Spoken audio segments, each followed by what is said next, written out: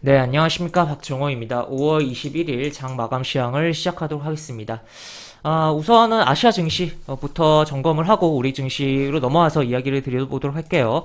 일단 아시아 증시, 일단 대만 증시 보도록 합시다. 대만 증시 최근에 굉장히 하락이 나왔었고, 지금 반등이 상당히 진행됐다. 그래서 어떻게 보면 반등이 나올 만큼 다 나온 상황이라 여기서 이제 더 이렇게 잘 안착해주면서 움직이지 않는다면 재차 하락의 가능성이 보이거든요. 그렇기 때문에 그런 부분을 좀 생각을 해볼 수가 있겠고, 일단 분봉상의 흐름은 이렇게 진행이 됐던 하루였다 라고 체크를 해볼 수가 있겠으며, 지금 대만 코로나 상황이 심상치 않다라는 뭐 기사가 이런 식으로 나오고 있기도 하고, 지금 보시면 이렇게, 그리고 뭐 확진자 수, 뭐 우리보다 적긴 하지만 굉장히 기존의 확진자 수가 안 나오던 거에 비해서 이런 식으로 나오니까 굉장히 사회적으로 혼란이 발생을 할 수가 있는 부분이다라고도 볼 수가 있겠으며, 하여튼 이런 내용이고, 지금 저는 이제 이 글로벌 시장을 봤을 때 지금 사람들이 결국에 굉장히 미국 증시가 굉장히 중요한 부분이긴 하니까 전 세계 자본주의 자본 시장에서 주식 시장의 상당한 부분을 차지하고 있고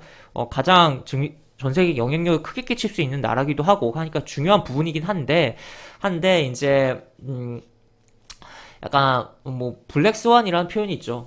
한번 볼까요? 여기 블랙스완이라는 이런 표현, 도저히 일어나지 않을 것 같은 일이 일어나는 것을 얘기하는 것으로 뭐 이런 식으로 표현이 나와 있어요. 그래서 지금 약간 어떻게 보면 대만 증시라든지 또 추가로 유럽 쪽의 이슈로 인해서 글로벌 증시가 크게 흔들릴 가능성이 있지 않을까를 전 조금 생각을 하면서 우려를 갖고 좀 상황을 지켜보는 고 있다라고 표현을 해볼 수가 있겠고, 그런 점에서 대만 같은 경우는 결국에 코로나 상황이죠. 코로나로 인해서 경기 둔화라든지, 이게 왜냐면 대만 증시가 전 세계에서 차지하는 증시에 대한 시가총액 비중은 작지만 TSMC라는 비메모리 반도체 기업이 세계 1위 비메모리 반도체 기업이 대만에 있다라고 생각을 해볼 수가 있겠고, 그러니까 반도체 기업에 대한 부분으로 인해서 뭐 주가도 빠지고 뭐 여러 가지 이슈가 발생하면서 그에 따라 글로벌적인 영향을 끼칠 가능성이 있다라고도 생각을 해볼 수가 있겠고, 또 추가로 뭐 아무래도 이 대만이라는 지역 결국에 뭐 그냥 중국과 뭐 미국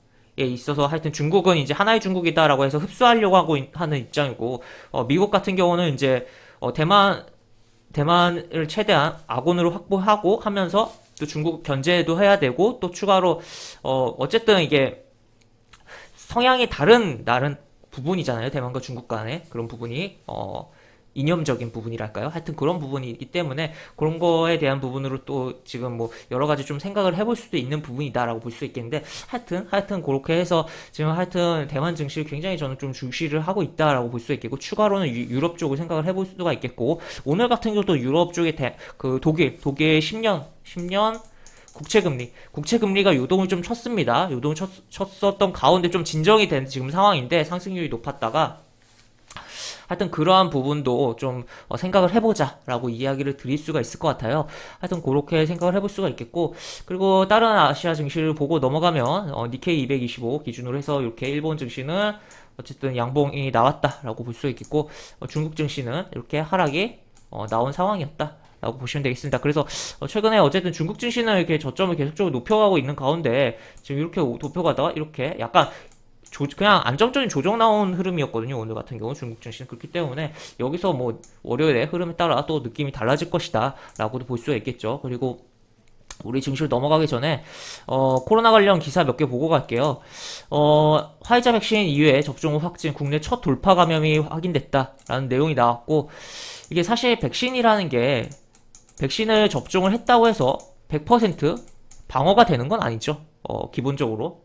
그렇지만 어쨌든 그런 백신 접종이 되고 하면은 이제 굉장히 사회 활동이 활발해지고 하겠다라고 그런 기대감이 있는 부분인데, 지금 이러한 백신 접종 후 확진이 됐다는 이야기가 나오면서 아무래도 심리적인 부분이 안 좋아질 수 있었던 부분 아닌가라고도 생각을 해볼 수가 있겠습니다. 하여튼 이런 것도 결국에는 주식시장에 영향을 좀 준 부분이다라고, 우리 증시의 부분이다라고 이야기를 드릴 수가 있을 것 같고, 그다음에 추가로 이제 그 전에 나온 건데, 이건 거리두기 지금 해서 이렇게 지금 연장한다라는 내용입니다. 그래서 이런 식으로 내용이 나와 있습니다. 그래서 이런 식으로 볼 수가 있겠고, 우리 증시로 넘어가서 보면 우리 증시 매매 동향 보겠습니다. 오늘 이제 기관이 매수했고 외국인은 팔았고, 선물도 팔았어요. 이게 현물이랑 선물 같이 팔으면 굉장히 느낌 싸하고 약간 별로 좋은 그림은 아니다라고 표현을 할 수가 있겠는데 일단 오늘 어떤 흐름이었냐면 기관이 굉장히 뭐 처음에 초반에는 미증시 움직임에 따라 개인들이 매수를 하면서 시장을 땡겼는데 그 가운데 기관이 좀 협조를 하면서 이제 나중에는 개인은 매도를 하고 뭐 결과적으로는 매수로 잡히긴 했지만 어쨌든 매도를 중간에 했었고 그런 가운데 기관이 3천억 장중에는 3천억까지 순매수가 있었던 가운데 매수를 굉장히 축소를 하고 마감이 됐던 하루였고 외국인은 매도가 계속 어느 정도 늘어나다가 현물에서 매도를 좀 축소를 하는 그런 상황이었다라고 보시면 되겠는데 가장 뭐 인상적인 거는 화요일이었나요? 하여튼 9천억을 매수한 금융투자의 매수한 물량이 안 쏟아지고 있다라는 거 정말 정말 어떻게 보면 다행이다라고도 표현할 수가 있겠고 또 모르죠 언제 쏟아낼지 이렇게 하여튼 그렇게 볼 수가 있겠고 현재 하락 종목도 이렇게 하락 종목이 하여튼 많았던 하루였다라는 걸 좀 체크를 해볼 수가 있겠습니다.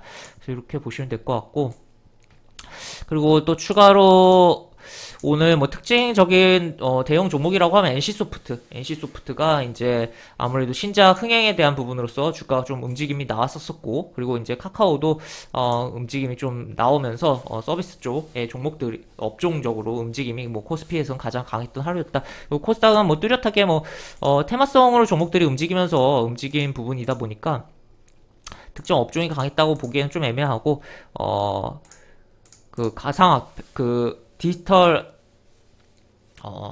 그 암호화폐 그러니까 암호화폐 내지 뭐 금융 뭐 자동화 기기 하여튼 화폐 개혁 관련 뭐 그런 종목들로 분류되는 종목들이 좀 움직임이 나왔었던 하루였다라고 보시면 될 것 같고 하여튼 뭐 시장이 뭐 재밌고 좋은 시장은 아니었다라고 볼 수가 있겠으며 시장에서 또 보면 코스피 같은 경우는 오늘 이렇게 그어봤을 때 이 추세대라고 표현을 할 수 있는 단기적인 이런 추세적인 흐름에 있어서 여기를 어떻게 보면 돌파를 실패를 했다라고 볼 수가 있을 것 같아요. 삼성전자가 잘 가다가 꼬꾸라지면서 이런 식으로 움직임이 나왔고 그리고 또 추가적으로 분봉상 흐름을 보면 제가 뭐 채팅에도 이야기를 드렸던 부분인데 일봉에서 이런 흐름 약간 L자형이라고 하죠. L자형이라고 할 수 있는 이런 흐름이 나오면은 아무래도 이제 종목이라든지 그런 흐름을 뭐 종목에 대한 그런 내용이라든지 여러 가지를 고려해서 좀 접근을 이런 뭐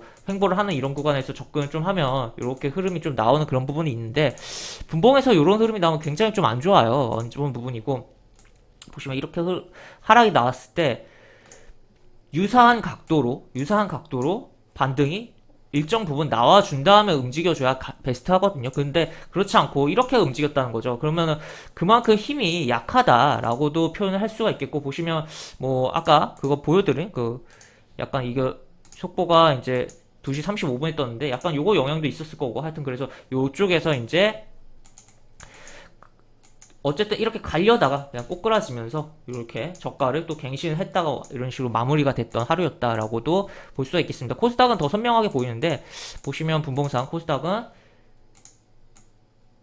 가다가 가지도 못하고 코스닥은 그냥 여기서 이런 식으로 무너졌다 라고 보시면 되겠으며 일봉으로 또 넘어가서 보면 코스닥은 이렇게 지금 코스닥은 계속적으로 이야기 드리죠. 여기 22이동평선 안착해 줘야 되는데 계속적으로 여기서 이런 식으로 움직이고 있고 지금 어떻게 보면 얘도 이렇게인데 얘는 조금 선명한 부분은 아니지만 하여튼 음봉이 나왔다. 그래서 이러한 분봉상의 흐름이 나왔을 때 이 구간이 추후에 움직일 때 아무래도 캔들이 많이 겹치잖아요. 그러니까 이 구간에서의 저항이 좀 심해질 수 있다라는 것에서 좀 생각을 해볼 수가 있는 부분이다라는 것도 좀 체크를 해볼 수가 있겠고 하여튼 현재 뭐 코스닥은 뭐 차트가 판단하기 어려울 정도로 정신 없어지고 있는 상황으로 가지고 있는 상황이고 어쨌든 계속적으로는 결국에는 일단은 122이동평선은 살아있으니까 이걸 잘 지켜주고서 22이동평선 안착을 해줄 필요성이 있겠으며 그 다음에 코스피는 지금 단기 추세에 대한 돌파